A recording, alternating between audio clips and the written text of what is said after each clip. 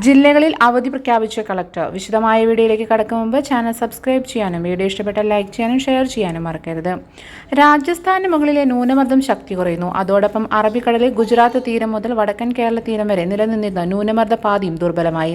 ഇനിയുള്ള ദിവസങ്ങളിൽ പൊതുവെ മുൻ ദിവസങ്ങളെ അപേക്ഷിച്ച് മഴ കുറയുമെങ്കിലും ഒറ്റപ്പെട്ട മഴ തുടരാൻ സാധ്യതയുണ്ട്. ഏറ്റവും കൂടുതൽ കാണപ്പെടുന്നത് വടക്കൻ ജില്ലകളിലായിരിക്കും.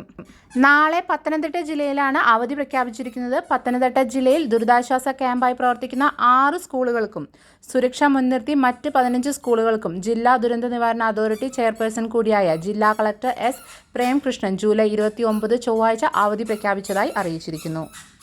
ആലപ്പുഴ ജില്ലയിലെ കുട്ടനാട്ട് താലൂക്കിലെ വിദ്യാഭ്യാസ സ്ഥാപനങ്ങൾക്കും വയനാട് ജില്ലയിലെ ദുരിതാശ്വാസ ക്യാമ്പുകൾ പ്രവർത്തിക്കുന്ന സ്കൂളുകൾക്കും ഇന്ന് അവധി പ്രഖ്യാപിച്ചിരുന്നു. എന്നാൽ ഇതുവരെ ഈ 2 കളക്ടർമാർ അവധി പ്രഖ്യാപിച്ചിട്ടില്ല. അവധി പ്രഖ്യാപിച്ചാൽ ഉടനെ തന്നെ ഈ ചാനൽ അപ്ഡേറ്റ് ചെയ്യുന്നതാണ്. അപ്ഡേറ്റ് ചെയ്യുന്ന വീഡിയോ നോട്ടിഫിക്കേഷനായി ലഭിക്കാൻ ചാനൽ ഇപ്പോൾ തന്നെ സബ്സ്ക്രൈബ് ചെയ്തു വയ്ക്കൂ.